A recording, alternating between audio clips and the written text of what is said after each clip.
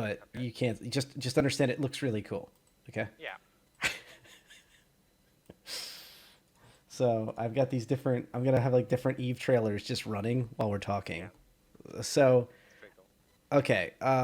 So today I have as a guest on to discuss basically team play in the ultimate game that encourages um, backstabbing and wonderful things that are in your interest above everyone else's.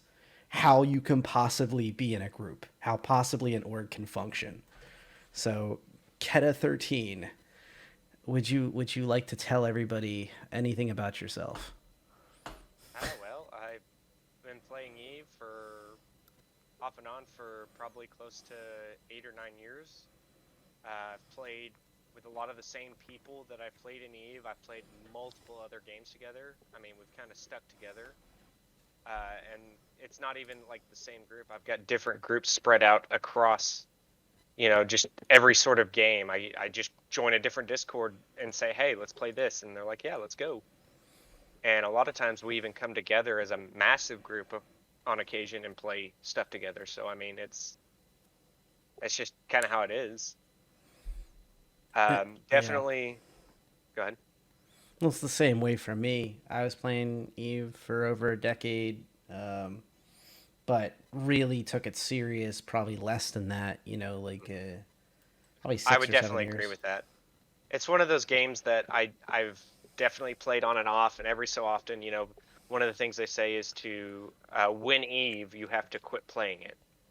But Mm-hmm. I've never met someone that has completely won Eve. They always come back, whether it's 5 years later, 10 years later, they hear about what's going on in Eve, and with these big groups, and that makes them want to come back. Yep. So I would say, as far as group playing, when it comes to a game like Eve Online, the big thing people have to remember is it is a sandbox. Wow. So yeah, it's fun to go do your own thing and kind of have experience doing that. But if you think about it, if you add other people into the mix, you add a structure into it, you increase the ability to generate content for yourself exponentially. Yeah. Whereas by yourself, you can only do so much before you get bored. But if you join a corporation, even a small corporation, and all of a sudden you've got a CEO, you've got this quote unquote leader saying, "Hey, let's go roam together in a fleet, or let's go mine together. Let's build a Titan. Hey guys, let's gather resources. Let's build this big thing, and or let's go take over a wormhole." All of a sudden, instead of just having your own goal, you've got your goal plus whatever your group's goal is combined, and you get to kind of adjust yourself to match the goals. And then sometimes they don't match. Sometimes you end up in a group that you're just not happy with, and you're not getting what you want out of it. And I've heard of people going from there, and that's when sometimes people get a little backstabby. But I've also heard of people just moving on. You know, you Exactly. don't you don't have to be this cutthroat every single time. Just from personal experience, I was a part of a group probably 2 years into me playing Eve.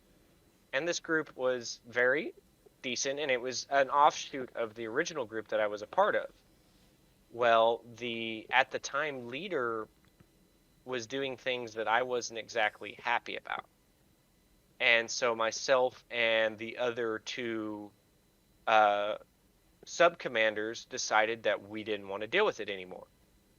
So we proceeded to take everybody that was in the group, and we got them together, and we explained what was going on, and most of the people were in agreement, and we performed a coup, and we essentially took over the group and started a new corporation, a new organization. And this organization is still going strong. It's maybe not as active as it was at one point, but it's still around. And And the guy yeah. that we left, at the time he was pretty salty with us, and we kind of didn't talk for a long time. But we've since made up, and I can still consider him a friend and still talk to him on occasion. Now, just so you know, me and Keta were in different power blocks in OO during our times at OO. Keta's still playing Eve, and he's still out in OO and stuff. That's the player-owned space in Eve Online. In Star Citizen, you can think of the systems like Pyro that are just permanently nearly lawless of any kind, Yep. and the your own influence and strength is going to be your backbone in those places, alongside your alliance, of course, with what we would call NPC space type atmosphere of Eve. And OO NPC space would be like pirates own the station. You can get in and out, but the only way you can hold that place is if you are strong as a group. So you're the strongest block around. Now, I don't know if you started out as a pirate, but I didn't. I started out in high sec, then I worked my way into piracy and low sec. But we Yep. were like the most honorable pirates around. We would often do contracts for OO folks to hold their lanes to get into OO. And then later on, we moved to OO and we were doing mercenary work. And then eventually, I joined a large power block. I'm not going to say which because people get salty when I start saying things like that about at least you can say Yes. it if you'd like, but your stuff. But I'm gonna keep it No, vague. I feel like it's better just to not even bring it up, because when it comes down to it, the point of this conversation is not to talk about, not to really advertise about which groups we are in, because that really doesn't matter. I Exactly. mean, And by the way, and we would be fighting each other in some scenarios, or at least our proxies. yep, yep, But we and could talk like this. Specter, just a heads up, we're doing a live recording. You're welcome to join. But we're talking about how folks, even in a backstabby game like Eve, can exist as an organization. And I'm so trying to draw the parallels to Star Citizen in the future of that. the the big thing that people have to keep in mind when we're talking about, these big organizations is these organizations are not one and two people. These organizations are massive. The organization that I am in stands at about 40,000 strong on any given day, depending on, people wanting to actually play or not. Um, the that kind of numbers, we hold whole regions of space. We, when we go to war or are declared war, it's it's a big event in the game. And, when it comes down to it is, we don't even care about the events that are happening that the game developers themselves are doing because we make our own events. We burn systems to the ground. We fight other organizations and take space and hold it and defend it. Yeah, and there's going to be little groups and stuff like that, but to kind of give you a background for myself, I started in a very small high sec group that moved into a wormhole, which is kind of like the OO, but it's a little different as far as the lawlessness because people can't tell who's in there. There's not a local channel. The only way you can tell is if you catch them on your directional scan, and that's if they're not cloaking, and that's if they're in range. Right. If they don't, they could have people in there the entire time and you would never know. Now, in And Star so, Citizen, it's a little different. You don't have cloaking, but you do have stealthy capacity where you can kind of get your IR and EM exactly. signatures down. So it's a little bit like that, but to a lesser extent. Yeah, so it essentially turns into where people could hide in our system and they could be there the whole time watching us, planning, and then, ambushing us, and we would not know until the shoe fall and we're being destroyed. So I went from there. So something like that, and even on top of that, it's really easy for people that are, even within the group to potentially be aggressive towards each other and, potentially grow hostile towards each other. And even then, we had to work together. We had to communicate because if we didn't, we couldn't hold that space. And, when it comes down to it, holding that space, the objective of holding that space is making money in game. The money in game becomes so much easier to make when you're not trying to do it yourself. When you've Exactly. got allies that are watching your back while you do things, or while you're watching their back, they're doing things, or even at the same time. Sometimes you guys just end up you end up together doing things, and it could be as simple as, oh, I'm just sitting here watching this wormhole to make sure people don't come through, or I'm just sitting here on this gate while we anchor this expensive station up to make sure that if somebody comes through that gate, they die before they even get a chance to do anything. And You right know, now, Star Citizen's just starting to get to that point. They're on the horizon of this game. They're going to have capital class mining vessel like the Orion, the RSI Orion, where you will need an entire crew of players and NPCs on board, and it will need to be hmm guarded 24/7 while it's doing its thing, or even so groups of them. so the big thing with that, I would say, is keep in mind that these things are, they're not cheap. When it comes down to it, whether you're using in-game money or you're paying for cash, these things are going to be expensive. And so people have to be able to work together, because, it's no fun to lose a ship. It's no fun to be out there trying to gather resources, or even worse, have a full load because you've spent all day or however long gathering resources, and then all of a sudden it blows up and those resources are gone and that ship is gone. And in Eve, I don't know, I'm not as familiar with Star Citizen and Eve. When that ship's gone, it's gone. It So doesn't come back. In Star Citizen, there is an insurance policy, but you still have a very long timer to worry about, and the entire load is officially gone. So later on, you'll be able to loot the field and salvage parts of the vessel, but there's going to be much longer timers on those things. Also, real death is coming in the next patch, so all the gear inside the ship, every single piece of inventory, as the patches continue, will not exist anymore. So it's getting more and more like Eve, where it hurts. It's incredibly painful to lose the ship, and your entire efforts for multiple hours could be gone for an so entire I group. Yeah. think I think it's important to kind of see them as different scopes. hmm So, for instance, in Eve, rather than being a person on a ship, you are essentially that ship.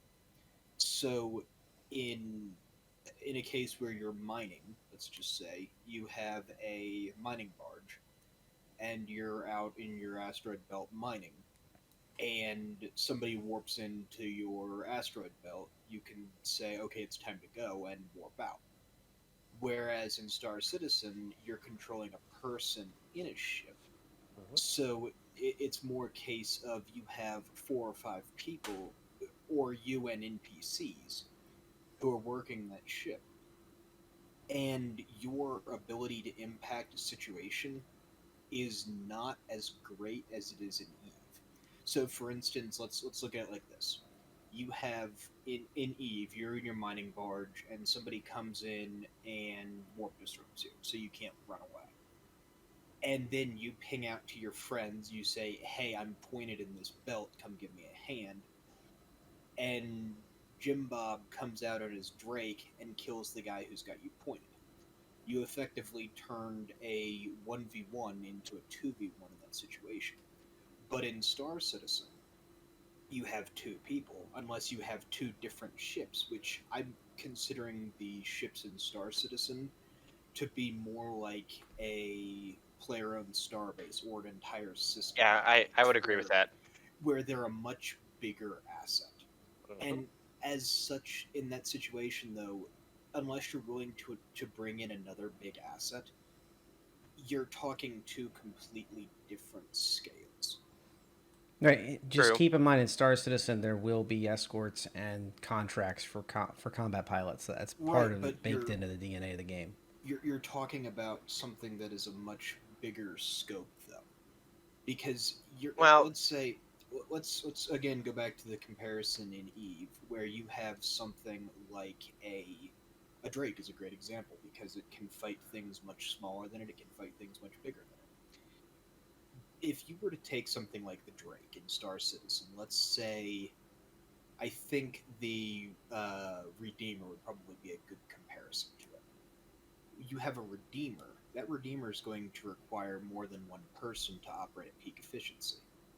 and I If mean, you that go goes ahead, back to support what we're saying, that it's a team effort. right, and I think the size and scope of your team in Star Citizen is going to have to be much larger than, than the size and the scope of your team in Eve. Now, I agree. that That's being true. said, in Eve, there have been battles with thousands of pilots. But at the same time, this is a that would be the equivalent of a capital fight in Star Citizen, where you've got maybe 500 people crewing all of their ships. So it really is going to come down to scale and scope. I think in the long run of this. Out of the three of us, by the way, Specter here, who's talking, that hasn't been introduced yet, has been playing Eve for years. In many cases, in the same power block that I'm in some cases, the same corp. And he's much more Indian logistics focused than the other two of us, at least until the end, towards the end of my career when I started doing bridge work like 24/7. But topic for another day. We don't talk about what I did when that cloak button was pressed. um, Yeah. Oh, so just for anybody who knows Eve, Spectre spent 1 week. Was it one weekend, Spectre, where you did an entire constellation of moons oh scanning? no, it was an entire month that I did an entire region. Well, you started with. He came back in like one weekend with an entire constellation scanned up with like I guess he got lucky on the moons, and the thank you was, hey, can you do the rest of the region? Yeah, and I said pay me 30 billion iskin, we'll talk, and I checked my wallet the next day and it was there. So in Star Citizen terms, that would be like all the way. He'd be scanning every single planet and moon for every single tasty asset, very very rare resources and area like caves to mine and things like that. From here to from Stanton to Nix, 5 systems away. If when that's in the game, that's like the equivalent of that. That was the most brain dead, hair pullingest thing I ever did, but it paid for some very shiny shit in the end. But yeah, so the whole thing is there's many different ways to play the game, and a lot of people, all three of us are cat pilots when we were in Eve, and a lot of people had the expression, a good cat pilot is working a shield carrier in the morning to repair passes. They're running a jump freighter at noon Mm-hmm. to get resources down the line, and they're sitting in their dread or their super carrier or whatever super they have, like a Titan or something, at night to support the fleet, Yep. and get shit done, take systems, defend systems, whatever. And that was often the perspective of cap pilots, and it was kind of a paradigm shift because a lot of people they saw the big ships, the equivalent of the javelin in Star Citizen, would be in Eve would be like a dreadnought of your race. There's 4 different races, and sitting there in the Rev or a Phoenix or if anybody even let you took the Phoenix because it gets smart bombed, the missiles get smart bombed. Anyway, That's you'd the be story for another day. but sitting there in like Naglfars, whatever you brought, but having the dreadnought you needed. And being able to just sit there and just work that field with your mainly, let's not kid ourselves, Revs and Moroses, but anyway. But the being able to work that field is what you thought you'd be doing. But what you actually get doing is you end up structure grinding millions of hit points of damage off of the enemy's equipment, like infrastructure hubs and player owned stations that float outside of defend moons. And the other thing you end up roped into is 50 other caps. And sometimes they'll even give you those caps, and you Yep. think you're so cool. But then you realize there's a lot of strings and work attached to those things that your Yep. organization expects from you.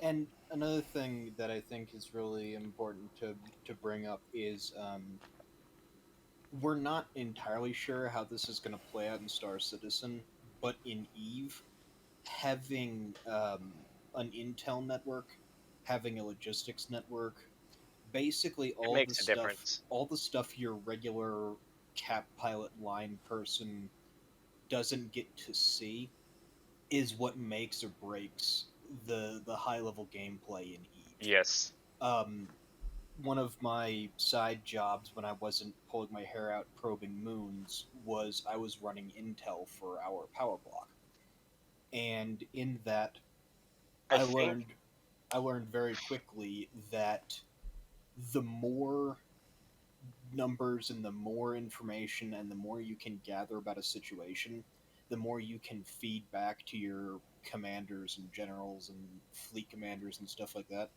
the better off you're going to be, because that allows them to make truly informed decisions. No matter who you are, your job is to gather intel. You pay attention to your surroundings. You pay attention to what people are doing. You can't, there's something that they call an F1 monkey, which is somebody that essentially comes into fleet and they push F1, which is the button to fire your first set of mods, which is usually your weapons. And so essentially they lock and fire. That is a thing, but at the same time it's not, because at a certain point you get to you have to start paying attention to what's going on. And not only that, over time you're going to make friends, and they're going to go their own ways, and you're going to end up communicating with them, and a lot of times a lot of data that I would get would be in the meta. It would be, there would be people that are talking to me and not, yeah, we may, everybody's, trying to keep security, but they let things slip, and you pay Speaking of attention. F1 monkey, Darth, we're recording a video about organizations. OPSEC. We're using Eve because Eve is like the most possibly backstabby game in the whole world, and somehow organizations made it, and we're Eve all rocked. friends. This is Darth, another long-term friend of ours, and Ever. yes, played Eve for many, many years with us, off and on, in some points the this same is why we corp. can't have nice things. Yes, and the point is that if you haven't already got the perspective yet, you can understand that even in the game that people perceive as so cutthroat, you do make friends, as Keta mentioned. Specter, as you mentioned, it's like a requirement to get out into OO and get to the most important places, and For the money, intelligence is key for everybody. Well, Well, there's you also- need there's you need another to side have to that. an organization or a group of friends, or or you won't survive. Please survive. Please Speaking survive. of not surviving, So, choking on spit. one of the other things is, back to talking about being cutthroat and things like that, is being able to kind of play both sides of the battle. Yep. Back to the meta game and the intel game and things like that. I'm going to attempt to leave out any specifics. I make no promises, but we had a group that we were with that lived in a particular area. And the people who were basically the owners of that particular area were getting their butts whooped by a larger, more powerful entity. And so we briefly tried to work with that briefly more powerful entity, which Yeah, I didn't know work exactly out which very well. story he's Are talking we being about. all panely and stuff? I am, because I don't like. We're I don't trying like to telling avoid- The story. We're also trying to So- avoid so saying I specific do- blocks. While we were briefly working with the entity that kicked our previous overlords out, I made a couple of contacts in that organization, and I kept feeding them little bits of intel here and there about what was going on. Never anything dangerous or truly detrimental to the core group, our power block, until about 2 years later, when we joined up with another even bigger power block, and I learned that the evil overlords that had kicked us out of space had a super cap hunting fleet up. I also knew that our new big powerful friends had their super capitals nearby ready to go. And one of our corp mates was planning to move. So I baited in the previous evil overlords to attack this one corp mate, who I kind of regret doing. But in the same time, that allowed our current friends to kill a bunch of our evil overlords' super capitals. So in the end of the day, we lost one regular carrier and killed 20 super carriers because of playing both sides of the intel field. And I paid the guy who blew the carrier that blew up. I paid him handsomely for that carrier. But his feelings were hurt. I mean, that was just. But that's how So- it is. I don't think he ever knew exactly what happened. I basically said, dude, I feel really bad that you lost your ship. Here's double its value, but I never told him that I was the reason. This is a lot like when you know, like the movies, when you think of, what was that? The Imitation Game, when they understood the Enigma code and they literally were like excited about knowing it, knowing where the U-boats were, and then they realized, stop, we can't just tell every ship where the U-boats are or they're going to know we cracked the code. We need to write in plausible ways that we vaguely understand, so we need to let some of these attacks happen. Exactly. So, intrigue notwithstanding, was the guy, I'll use the term jerk? No, he was actually a really cool dude, and that was why I felt so bad about doing That's it. kind of messed up then. We did lose all So- our space to these people, though. Yeah, keep in mind, these were a bunch of assholes who came in, kicked our friends out, and basically said, screw you guys, we're in charge now. Well, So, the bottom line give is you an my example. philosophy is if the guys that you can edit that out if you want, I think that's Then- okay. let fly. But, you know, otherwise, not necessarily a thing you do. It's So- one of those situations where you have to look at it from a broad scope. Yep. And had it been a case where he lost his entire life's Eve savings, then I would have felt a lot worse. But he ended up losing the equivalent of about 1.2 billion-esque, and I paid him back 3. Well, yeah, the fact that you paid him back is a cool I thing. think Yeah. we're gonna know Keta. Keta's a calculating man. So what do you think of this, Keta? So just to kind of to reiterate on that, you know, I've had my own story, and some of you were a part of it. We were in a similar situation where we were a smaller group in a area that was mostly known for smaller groups at the time, and we held our own because we communicated. We were a good team. You know, we were known for fighting off much larger groups just by using the game itself and the mechanics of the game. Well, at some point, you know, things got serious, and someone who thought he was an evil, or a group whose boss thought they were an evil overlord, tried to take over, and we ended up fighting them, and we ended up making making friends in the group that he was with to try to ally ourselves with them while we were still allied with the other group. Well, you know, when it comes back to what he said about, you know, the control of information, we had an individual that was in the group who, in my opinion, was not the smartest person, was not the brightest crayon, was not the, you know, sharpest The light bulb. brightest bulb on the tree. Yeah. And I he remember that. took the us saying, hey, you know, we're technically resetting these people as, okay, let's go shoot them. And so he proceeds to go shoot them and talk a lot of trash to these people that were still technically our allies, even though they weren't in the system. And like at the time, I was the head diplomat, and I was, you know, there was a plan to the madness, and essentially he ruined it, and it turned into us losing our space because people were not willing to communicate properly. People were essentially dumb. You know, there's no sugarcoating it. And yeah, that person lost a lot of respect with me, and I still don't like the person because they made it to where I couldn't do what we wanted to do, which was, you know, potentially stop the fighting. Was No, that a we- particularly Nah. fat individual? Yeah, I was gonna say, sounds like Nat. No, We're not supposed to call him.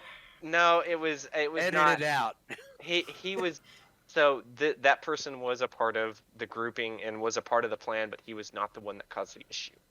So, but you just hit on something though, Keta, that's really interesting.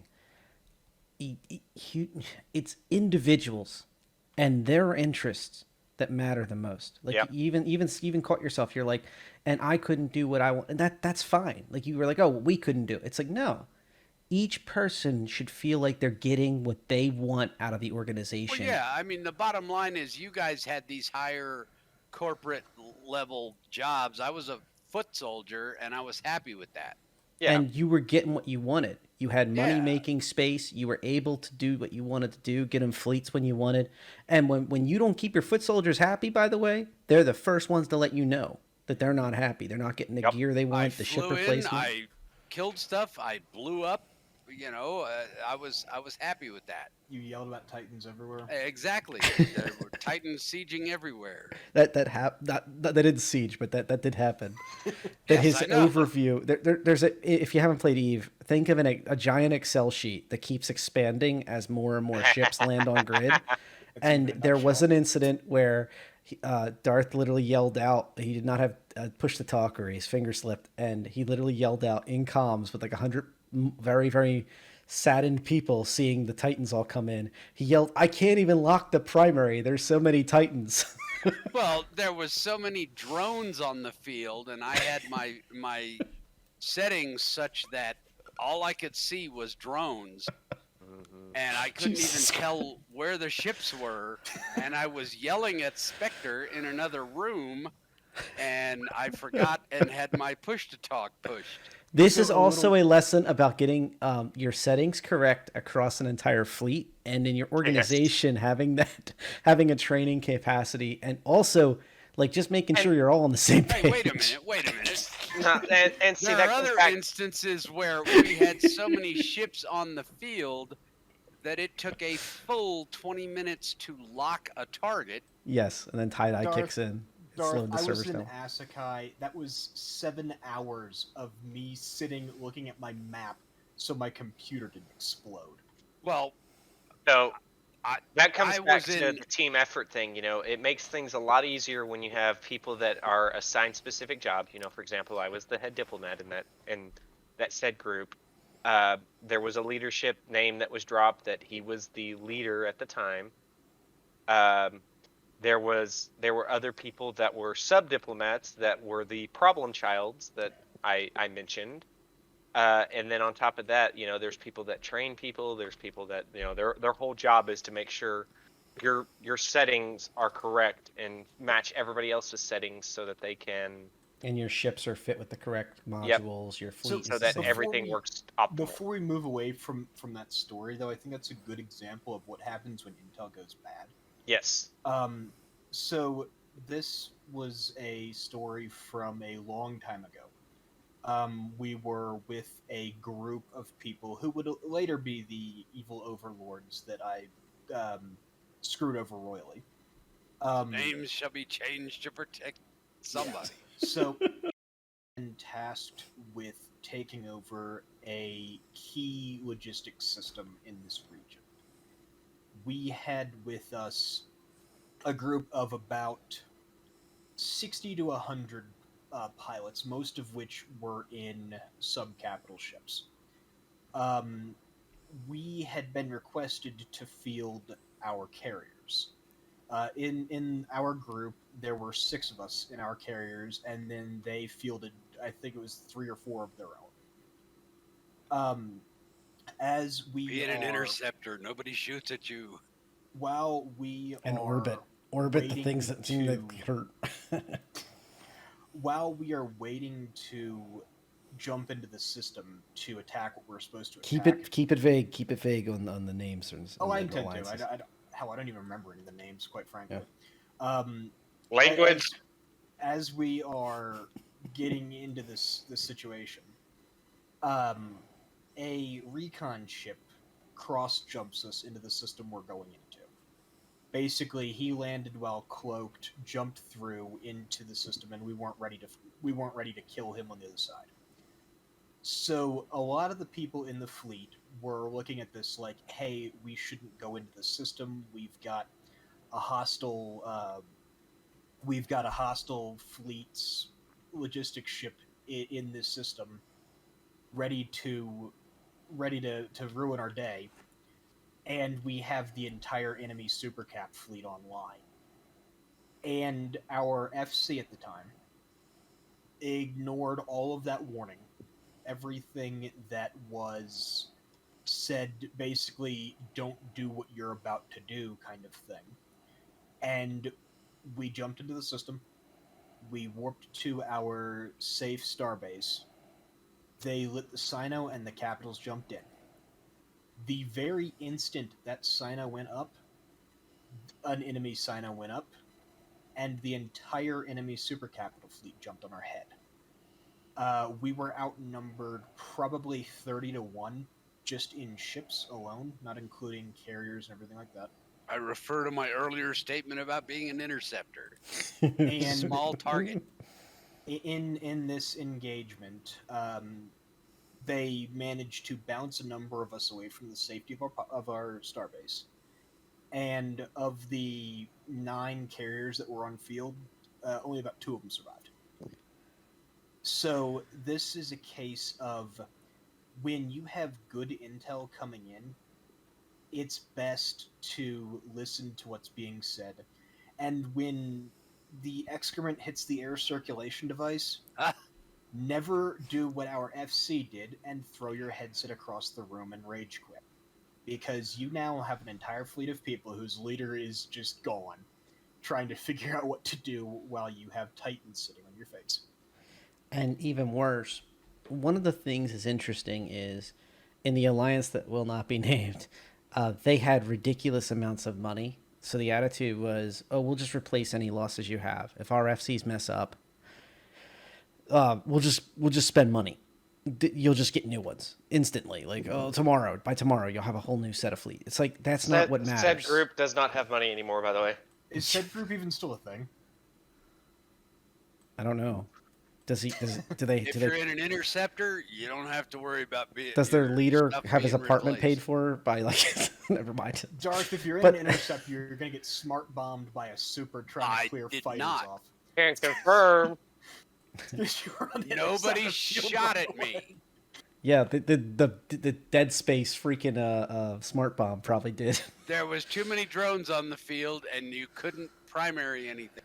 They were busy reinforcing the pause after our carriers limped inside in structure, mind you. But the biggest thing is that there is a momentum when you lose ships. And even in Star Citizen, a lot of people have this attitude right now. Like the biggest ships in the game have like, I don't know, hour-long timers to get their ship back. And it's perfect and everything's pristine on it again. That is not going to be the way it is in the future. Not already. They're making it so fuel loads, armaments like torpedoes and such that cost a lot of in-game UEC now are not coming back. Like if you fired them in the fight and you lose your ship, you not only have to wait your timer and refuel and rearm, reload, all that, but eventually it will take a week. It will take multiple weeks if there's a lot of players who need them. And Lord knows how long massive capital ships are going to take to get replaced through an insurance process. This is an interesting topic I think that we should kind of expand on a little bit, because it's part of the reason why I no longer play Eve. There is a risk versus reward versus downtime, I guess, is kind of the best way to phrase it. So the times we're talking about in Eve, these are 5-6 years ago. These were a long time ago. And in the time since, the gameplay meta has significantly changed. It used to be a case where it was a big thing to field a capital. If you were going to drop a carrier or a dreadnought or, God forbid, a super or a titan on field, you were ready to go. You had a support fleet. Nowadays in Eve, that has changed to the point where Your support fleet is another super fleet. exactly, and that's on the large scale. The guy folding his laundry has his 3 super alt slots. Essentially, where you have more titans and super carriers on field than subcaps and stuff like that. So that has kind of changed the paradigm on the large So scale. just But to on give the you, small scale, it's just as bad. You have people who are, they have two or three characters all logged in on their computer. And then they will be flying around in an interceptor or a recon ship or a cruiser or what have you. And then you go to fight them. You think, okay, this is going to be a 1v1 or a 2v1, or this is going to be a fair fight. And the next thing you know, they're lighting a Sino and all of their carrier alts are jumping on your face. oh, So when the ships are easily available and the ships are easily replaced, they're a lot more likely to be used. So thinking back to Star Citizen, where you have a case where it's going to be weeks before you can bring your ship back, I think people are going to be a lot less likely to field them. For capitals, it'll be weeks. Yes. oh, Right. So the thing to keep in mind. So I would say I'm probably the most recent to have played Eve, and yes, he is correct on a lot of it, but there is still a lot of subcap fleets. There's still a lot of things that are support fleets. But the thing is that the primary movers when it comes to these fights, they're not the small fleets anymore. They're the big fleets. They're the big ships. They're the carriers, the super carriers, the Titans. You know, you still have a subcap fleet out in that fight. Usually they're doing, but they're not doing the main objective. So if you're destroying a station, the supers are killing the station. The carriers are supporting the supers. The Titans are destroying any other supers and carriers or supers and capitals. And then the subcaps, all they're doing is stopping the incoming damage to the supers from other supers. So they're sitting there killing the drones and the fighters and stuff like that, or killing the other subcap fleet to make sure they can't get a good sino or get a good position. certainly on the larger scale, I was referring more to small gang kind of stuff, Hmm. because again, back to the discussion on scope and scale, I feel that small gang is going to be what Star Citizen is going to be more geared towards. I I agree. don't think I don't think that you're going to see fights between 30 javelins on each side with Not anytime soon. I don't think And they're ever. I don't they're think the not game really could meant to support it. be that way. It's like if you Yeah, but had if 30 javelins, I hate to 30 say this, different support fleets would but be available. Titans are not meant to be that way either. But look at how they're Exactly, used. as the ships became more available, as the ships became more common, and as they became easier to replace, they began to be fielded more and more. I mean, it was such a big deal when the first Titan in Eve was killed that the developers actually made a monument in the system to it. I mean, that was how big a deal it was when a Titan went down. Nowadays, it's, oh, a Titan died. What is it, Tuesday? So I mean, Well, nowadays it takes a specifically large battle. So there are currently, there's three monuments that I know of. There is the first Titan that went down, Steve. There is the Battle of BR, where there's a monument, and then there's another monument that has since came. And the reason for it is like these are such drastic losses of Titans. If you get a chance, if you ever want to look into it, look up the bloodbath at BR5. Uh, look at all these big battles. A lot of them have monuments now for the simple fact that they lost so many supers and so many Titans. We're not talking. We're not talking. To you it may sound like not a lot, but when it comes to real game money, we're talking hundreds of thousands of dollars. well, You know, again, it became a case where 10 years ago, a big fight was 500 people. yep. 8 years ago, a big fight was 1,500 people. Hmm. 6 years ago, a big fight was 3,000 people, and so on. It just kept escalating and escalating and Yep. And escalating. it has. And I'd come back to what I said of it has to do with, well, first of all, how the game is designed, but second of all, it has to do with the availability of the assets.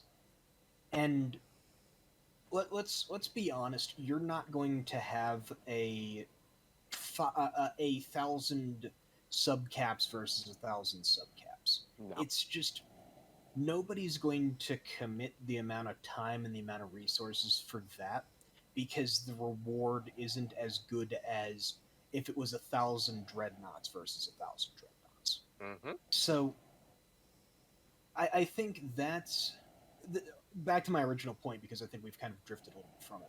I think that the engagements we're going to see in Star Citizen are going to be much, much more in line with small gang warfare, where you have 4 or 5 people in Hornets or whatever heavy fighters. You may have one guy who's romping around in something like a Kraken or an Idris or something like that, and you may have like the largest power blocks in the game that say, "Hey, there's a guy mining in his Orion because we can. Let's drop 2 javelins on his head." Well, you won't even.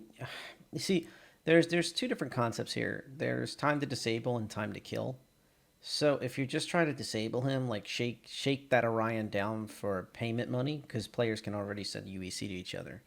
So pay us a bribe so you don't have a huge repair bill or get blown up or something. Or are we trying to loot this person? A better example would be like a hull D or a hull E. Like think of a jump freighter or freighter size things in Eve, but like you can actually get them in space. Can we force them to eject some of the most lucrative loot, massive amounts of it, so they can survive? That would be an example of maybe a pirate organization having a single javelin with a small support fleet to keep it from being countered too easily, and also the quantum jamming capacity from like a Mantis or probably a heavier ship eventually as an interdictor. I would say also keep in mind that, yes, you're right. They're going to be smaller fleets, but they're going to have people, if everything's done right, you've got these ships that have multiple spots. You've got people running guns, you've got people that are running, engineering, that kind of stuff. Yeah, granted, you may not have some of that happen, but some of it you're still going to have happen. You're going to have multiple people in every ship. Yes, well, and you're going to have instancing, don't forget. So if two huge organizations have a disagreement over who gets to have outpost on a specific moon, because that moon has the best mining, they make a change to the mining loot tables, and this is the moon you want, and both orgs want it, and they're clearing out player outposts, which are permanent, by the way. Like you have to defend them 24/7. Well, both teams may have clearing parties that are instanced. So suddenly now 50 to 100 players are fighting 50 to 100 players, and then another instance 50 of that org and another 50 of that other enemy org are fighting each other, another 50 to 100, and you get the point.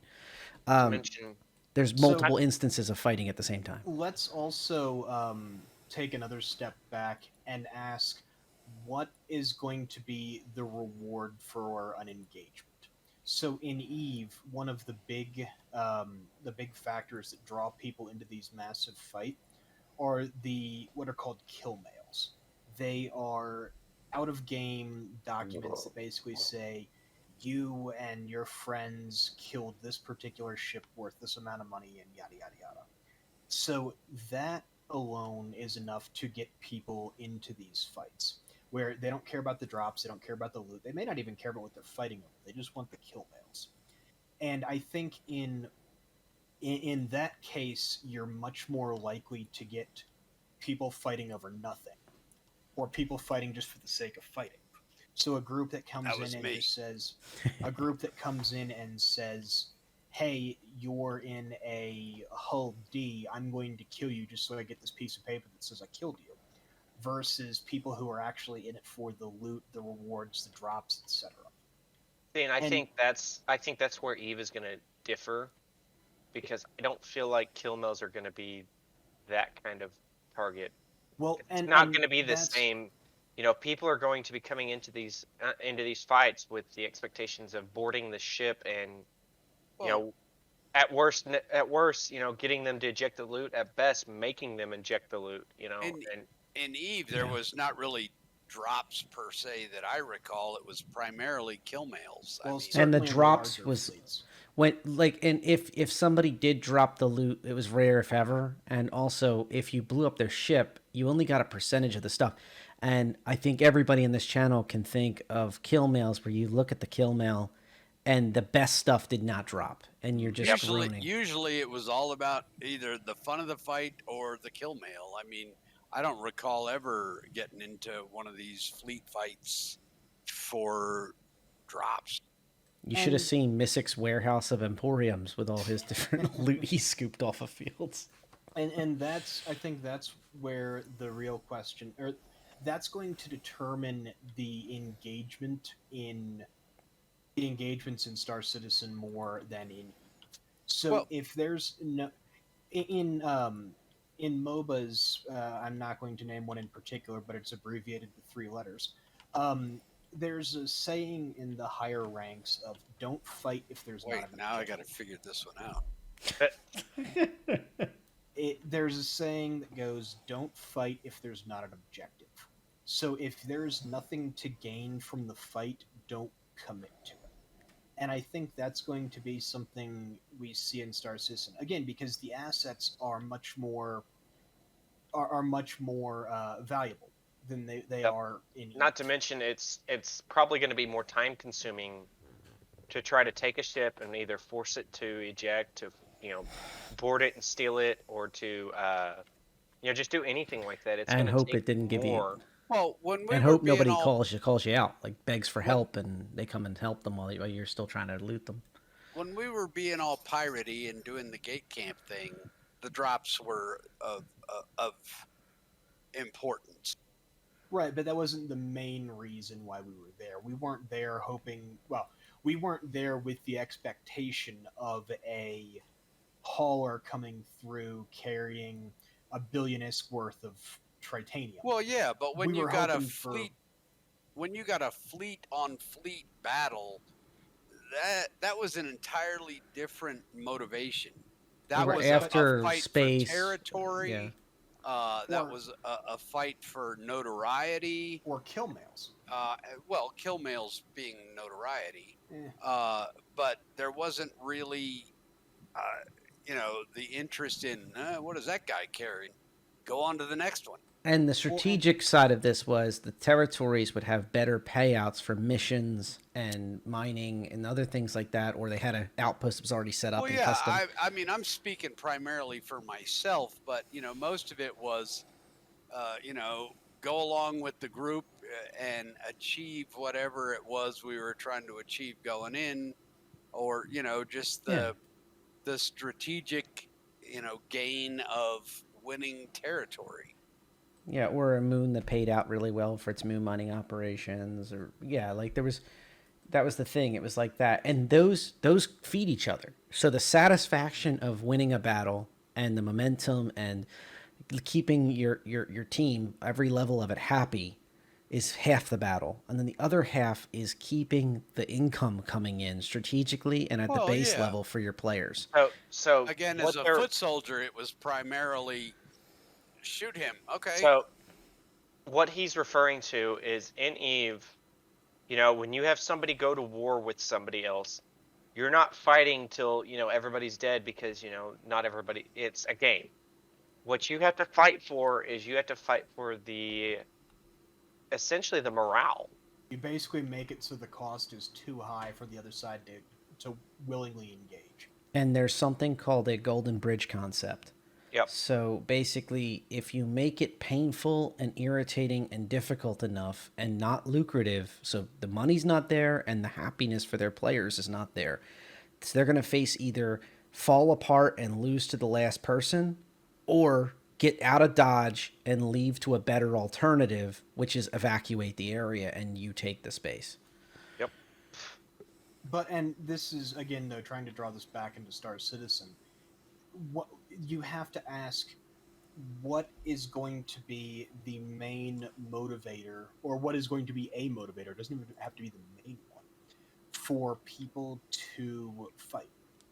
I mean, and let's also bring another thing in.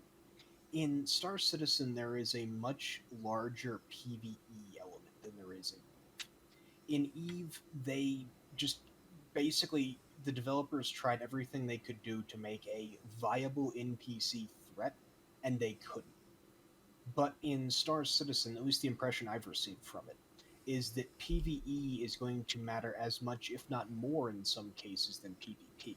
Depending on where you're at, PVE will be the name of the game, like in the safest space, but the payouts will not be that good.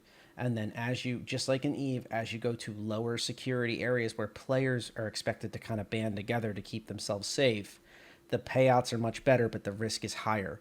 But yes, every step of the way there will be PVE elements, or at the very least, PvP that is tied back to PvE. So, for example, if you keep blowing up pirates and then you go to low sec areas to try to bounty hunt, they're not going to take kindly to you there. So you're probably going to have to fight your way out, even if you didn't want to fight PvE, and vice versa. If you go to high sec areas and you've constantly been a horrible person to other players or to the good guys, so to speak, the UEE Navy, the CDF, Civilian Defense Forces, and the advocacy, all those fine folks, then you're going to have a problem, not just from the players, but also from the NPCs. So the relationships are going to be absolutely critical, and it's going to follow you across systems. So In is there a Eve, karma thing? absolutely. Well, and Reputation's I've seen karma. that in other games, so yeah, that's It's essentially kinda sex cool. status from Eve. It's your character's sex status, your security status. Yeah, but that was it's against that sex status was against the PVE environment more than it was other players. If he's well, if you he's pod talking about a somebody, karma type So, thing like we've if seen in other games, then that's kind of cool. your sex status goes down if you engage against players. It goes up if you engage against hostile NPCs. Well, yeah, been there, done that. but that's the thing about the sex status, don't forget. Okay, so reputation in Star Citizen is not just going to be good and bad guy. I did introduce it that way. Sorry if I wasn't clear. It was my bad. It's also going to be, you're going to have a reputation, good and bad, with each company, with each organization in the game. So you may actually get caught doing espionage missions for, let's say, I'm picking a random company here, Aegis Dynamics. You go and you do an espionage mission where you're trying to steal secrets from Crusader Industries over in Orison. If you do that and you get caught, you're going to have a huge reputation hit with Crusader Industries. so it's faction standing. Like It's a combination of both sex Yeah, status so- and faction standing all Well, in I mean, one package. But yeah, so we saw that in Eve though, in almost the exact same way you described it. Though, so think about it. Think about faction warfare. Faction warfare, you would ally with one of the four major factions: the Caldari, Galente, Amar, Mimitar, etc. You would ally with their NPC navies, and you would go to war against other NPC navies or player factions in those navies. So you would have your security status for engaging your other players, but you would have your faction standing for engaging the NPCs or for completing missions, etc. that's a Well, good yeah, I point. recall there was a lot of levels of security status. I mean, you had some with the environment, and then you had others with various groups. The only difference here I would point out is that in Eve, almost everybody you killed their ship or you pod killed, you pretty much take a sec hit, except for like the true baddest of the bad folks, because of the way low sec worked and high sec and everything. But in Star Citizen, you will highly likely be able to play and kill another play, or at least blow their ship up, or try to take them as a bounty or something, even for them being allied to a different organization, because in some spaces there is going to be no UEE Navy, even though it's considered what we would call like maybe even high sec or high parts of low sec. Even though they're not, because they're run by an alien. They're run by aliens, basically Banu and some other fine folks. They have their own space, and you can operate in those areas. So you may pissed off everybody in the UEE, but you can go over there, and you're no longer in UEE space. But they may actually, slide note, they may sell you to the enemy vandal. I think we've been kind of, I want to say beating around the bush, but we have been really kind of comparing apples to oranges. I think did I use one already? I think I used one already. We have a game. No, you didn't yet. I don't think you used that one. All right, well, I'm You're using it safe. now. We're comparing apples to oranges. You've got a game that Mangoes to passion fruit. that's not a fair comparison. I All right, come on. Go ahead, Specter. You're gonna make me forget what I'm trying to say. Damn it. I think that the Eve itself forces you into an organization, be it an organization of other people, or be it an organization run by the NPCs. It forces you into this. When you join the game, you start in a school, essentially. If you leave that, you get put into an NPC corporation. So you're basically in a corporation that's run by NPCs. It doesn't expect you to be best friends with them, but it does come with the expectation that you're going to be in this. Whereas Star Citizen, at its core, like bare bones core gameplay, is something that you can play solo. It's something that you can exist as a lone wolf. Is it the best for you? I don't think so. Is it a acceptable approach? Possibly. But I think that Eve is... I mean, when we think about it too, like, how many alt characters did we all have in Eve? I mean, you have... I lost count at 11, I think. Yeah, so you have so many... you have to make your own... You have to make additional characters for yourself just to exist. If you want to fly a capital, you need to have a character that can light a sign up. If you want to run higher end missions, you're probably going to want a second character. I don't think you're subbed it. So you have to, and it's gotten worse now. So, for example, in the faction that I'm in order to be a combat capital pilot and fly in missions, you have to be able to have a character that flies the combat cap, but also flies the support cap, and then also you have to have somebody that's a Sino. So essentially, you have to have 3 characters in order to do anything combat cap related. Mm-hmm. And if you don't have that, then you're not taking part in the capital fight. You're in the subcap.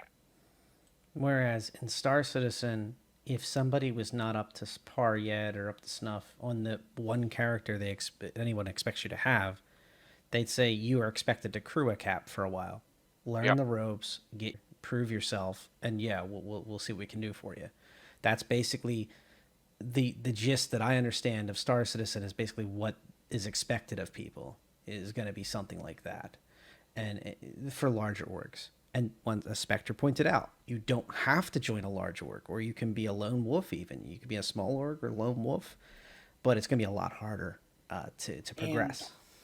And furthermore, I think that the idea of having alternate characters in Star Citizen, just in a not gonna concept, it's not going to work because it's a completely different type of gameplay. I'm gonna blow Darth's mind as soon as you're done. By the way. Bring it. I'm ready. Okay, Darth.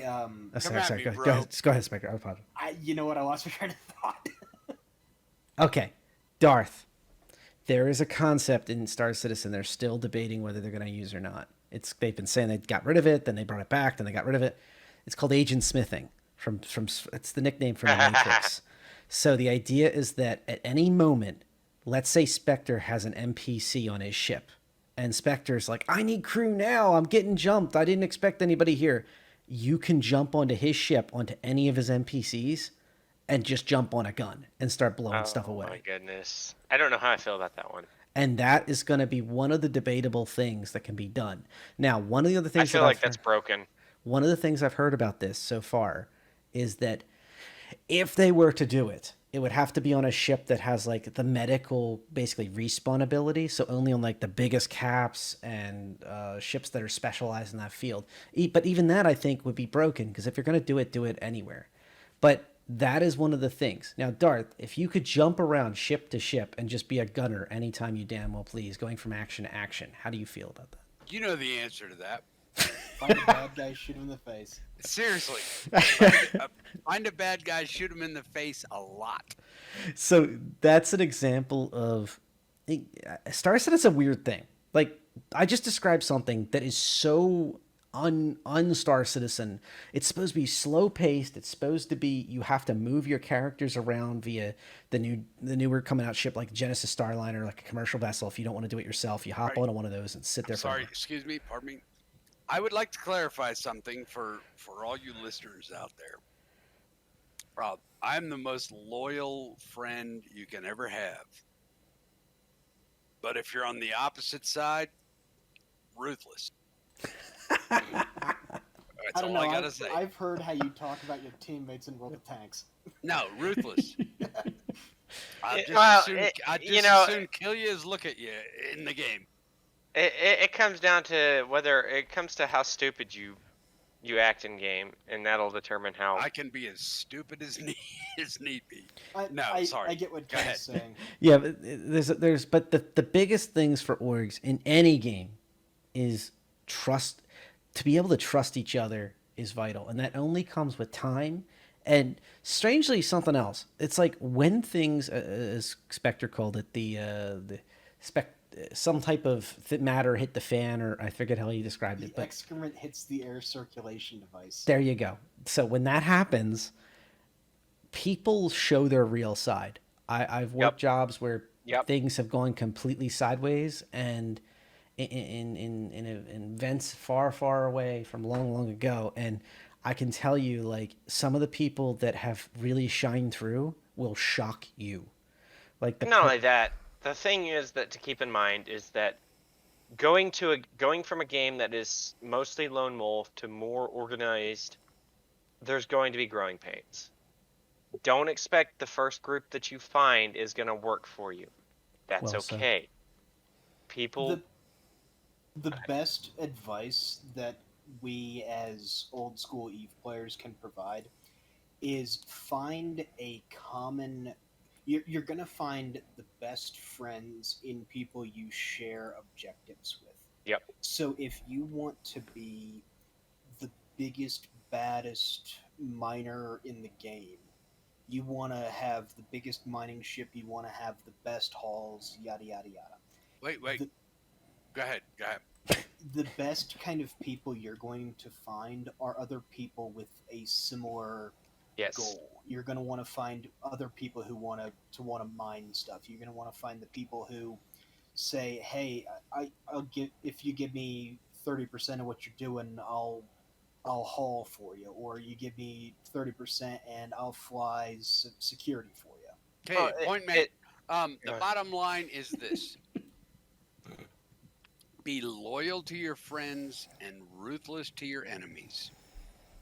I feel like we should have like pewter mugs right now, charred. And all the beer. No, that's the bottom line right there. Loyal to your friends, ruthless to your enemies, and I mean no quarter, no mercy, but for your friends. It's just common. It's common it sociology.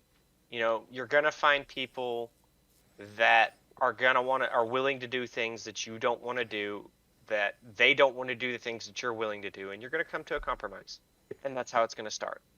Mm-hmm. You know, you're going to find somebody that's, you know, he's all about that hauling, he's all about the moving of assets, he's all about the surveying of moon. If he's your friend, you're loyal. I mean, that means take a bullet for him if that's what it comes down to. But the bottom line is, if he's your enemy, you know, it's, excuse me, blood and guts. And and he's not wrong, but I think that's to the point, that's a little bit further along than what I'm referring to. Well, that's life beyond the game. That's just true. The way it is. But that's so good. Okay, here's the deal. So There is a bunch. So I have VLC files. Like the default thing from all my video You wall should captures. leave that one in, by the way, because your response was classic. You'll be fine. There is like now I think there's like about 27 traffic cones. So because they're all little orange traffic codes for this video symbol for the VLC media player. No, you know what you should do? Is You've caused a pile up at the construction site, Darth. You should get the wave file for the Eve structure alarm, and then use that as your bleed sound. Yes. So Oh, Yes. Remember Eve Radio did that? Oh, I know. I remember having it as my cell phone text message alert, and you guys would scream at me every time my phone would go had it on off. his soundboard, and he would play it just whenever we were comms were quiet, people were running missions, doing whatever, and Mystic would hit that on his soundboard, and it would just scare the crap out of everybody.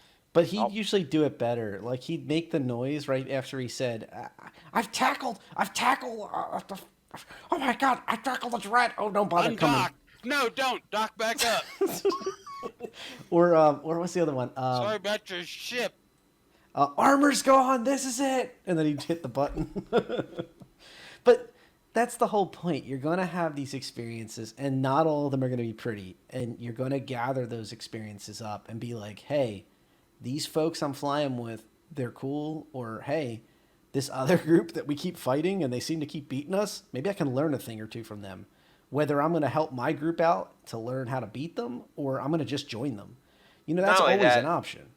That's the other thing is I can't tell you how many times that, you know, when I was PvPing in Eve, when I would communicate with them like, hey man, you know, what did I do wrong? And most of them are willing to talk to you about it. You know, they're playing a game too. That's the thing to keep in mind. These people, some people take it way too seriously. Most people, they're playing the game. So I never met anybody like that. They were always like, "Oh, you." Yeah, I was gonna say, scrub. nah. You're gonna come up. Take it too seriously. There's gonna be people that you're gonna get both. You're gonna have some that are gonna be like, "Oh, well, quit being a scrub," or "Train your get good to 5." But a lot of times, if they reach out to you, you know, the reason why I ended up joining the organizations that I joined was because I got into a fight with somebody and I lost, and they messaged me and were like, hey man, you know, this is what you did wrong, and I end up flying with them. Almost told the monkey story about where's the nearest store. But there's a lot of that where a lot of our recruits, Specter and me got together and we realized like the best way to recruit people was we started handing out free ships. Yep. Even people we blew up, especially those folks, or ransomed or whatever, we'd be like, hey, like we literally me and him would combo and be like, yo, that guy was chill. Let's bring him back. And be like, yo, here is a free ship. Story you can have. From somebody that we all know that they held somebody ransom until he joined the Corp. I've heard that story, and that guy actually stayed with us and flew with us for a long time. BRB. You know, he was in the wormhole, and we pointed him, and we held him there until he agreed, and then he joined our Corp, and he was part of the Corp for a long time. That's like British Navy from like the 1800s stuff. Yeah. We literally forced him into enlistment. We never did that in our group, but you know, the group we were separate groups at that point. But the biggest thing was like the people that we would do things with, as long as you kept to what your word was, even when you would ransom folks, you kept your word. You'd have like a channel that would be organizing it, and leadership would be in there to confirm everything was on the up and up. If there was an issue, it would be dealt with immediately. And word got out, like we'd start getting, basically we just get kickback money, like, hey, keep me safe while I go do missions. And we're like, look, we can't promise anything, but if we're in system, you see us in local, you're safe. And literally that was that simple. Everybody else would try to run the missions when they had popped up, and we'd be just taking them out or ransoming them or whatever. And the folks who paid us were happy as can be about this arrangement. Well, the important thing with that is to always remember that as a pirate, as a criminal, as whatever, you're only as good as your word. Exactly. So if you're the kind of person who goes out there and you're being a dirty, nasty pirate, and you say, hey, give me 1,000 discs and I won't kill you, And I just or broke glass. um, and you turn around and kill them anyway, then it's you basically become worthless Your y- to your words and actions have consequences. exactly. I And mean, that's a big thing from Eve, but one of the last things that I did in Eve was I was living in this small little pipe low sec area. They had to basically go through my system if they wanted to do anything in this area, and I would camp the gates with cloaky ships and wait for people to come through. And I would every once in a while I'd catch somebody and I'd say, "Yo, I'll let you go. Give me 50 million ISK." And they did, and I would say, "All right, you got a free pass for the rest of today. I'll be back tomorrow." That's literally the best way to do it, because Absolutely. even when you're a criminal, you can have there your is honor reputation. among. Hell Yeah. yeah. And If the there's other thing not, is, though, there's not a lot of. Just keep this in mind too. In areas that are lawless, by having some form of order and some form of arrangements between different groups, even if it's literally at ship v ship combat level, there's something to be said about that for everybody to succeed. Yep. That wants to live there long term anyway and doesn't want to rock the boat, and that's fine You if they know, want to. to give my example on that is when we were living in that area. From my story, it was essentially I think I remember saying something along the lines is it was essentially Mad Max. People were out there just being absolutely horrible to each other, but once this group came in, this bigger bad that tried to take over, that was no longer the case. It was all right, everybody, let's go, and we all hooked up and got together and we repelled the enemy. Yeah, that's the best you can hope for, and that makes content. That's something that the folks at CIG I hope understand, is that as they continue to make areas, they need to get out of Stanton, the system that we're all in right now, that has pretty high security at most of the places, and also like security from the different companies that own the different planets, as well as the UE advocacy. They need to get away from that, because there needs to be systems where we can really get a taste of players having more of an impact and more of the decisions in the gameplay. Players will not own like whole systems, but they certainly will hold an immense amount of influence on the server they're on in places where there is no advocacy, there is no guardianship, there is nothing, just high lucrative areas to fend for yourself on. And that's where orgs are going to shine, especially Specter. You mentioned the small gangs, especially. because in Eve, the best way to grow as a pirate group particularly is to basically go into an area, slap the locals around, and Yep. say, "Hey, come join me. Come fly with me. You want to have some fun? Grab a frigate. We'll go run nullsec kind of Yep. things." And it comes back to, everybody's playing a game. They're Mm-hmm. trying to have fun Yep. too. We had groups that were. We had one group that only spoke. They were Japanese, if I remember correctly. They're almost all Japanese, but some of them were Korean. So I never quite understood that. Oh, are these the guys in MO? Yeah. Okay. So those folks were like totally chill, but they never wanted to join our organization, because our corp in any talk, because they didn't speak. They literally barely. I think two of them were like transplants that were from the West Coast United States that could speak proper English and translate for the rest of the group. And if one of them wasn't on, they didn't fly. That they were the FCs basically for like these joint ops. They wouldn't fly with anyone else if they weren't on.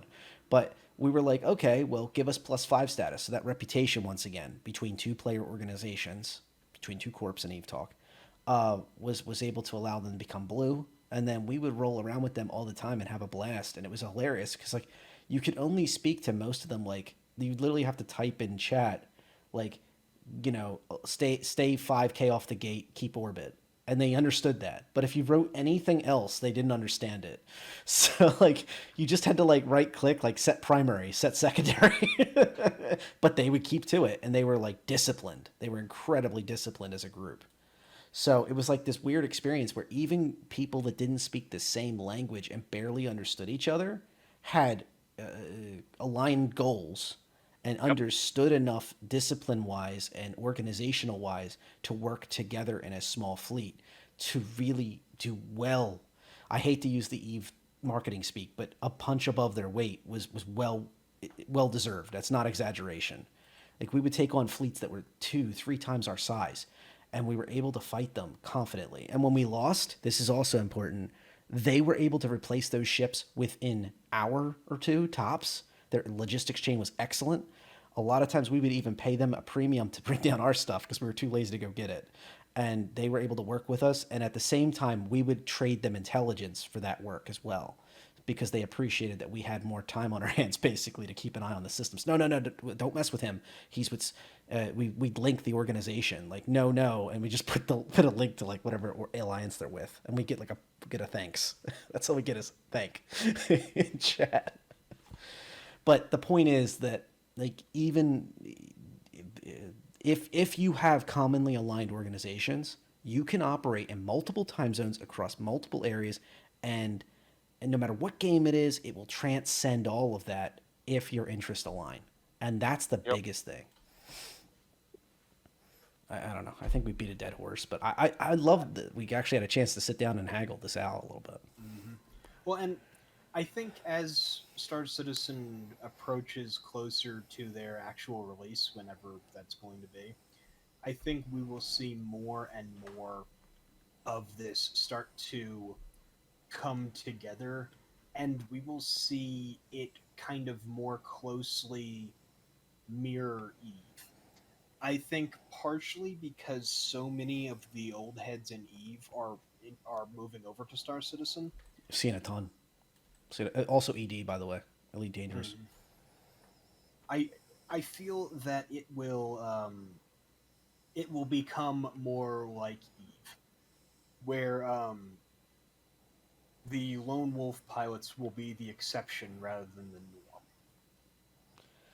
I think small gang is going to be the biggest group. I agree with you there.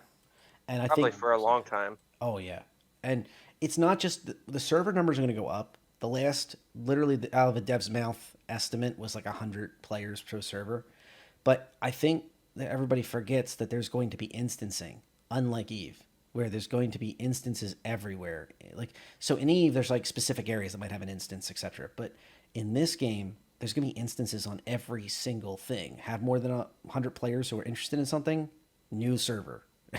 Like it's literally going to be that in the weeds, where you can have hundreds of players dealing with stuff all in the same place, but across dozens of instances. So even in a large amount, you'll end up with small gang PvP. You know, at least a small amount of ships, I should say, not small amount of players. I didn't say. Sorry, just to be clear. It's gonna be interesting though. But yeah, like I mean, if you think about it, like the crew alone on like a Javelin is just astronomical for right now for fleet size.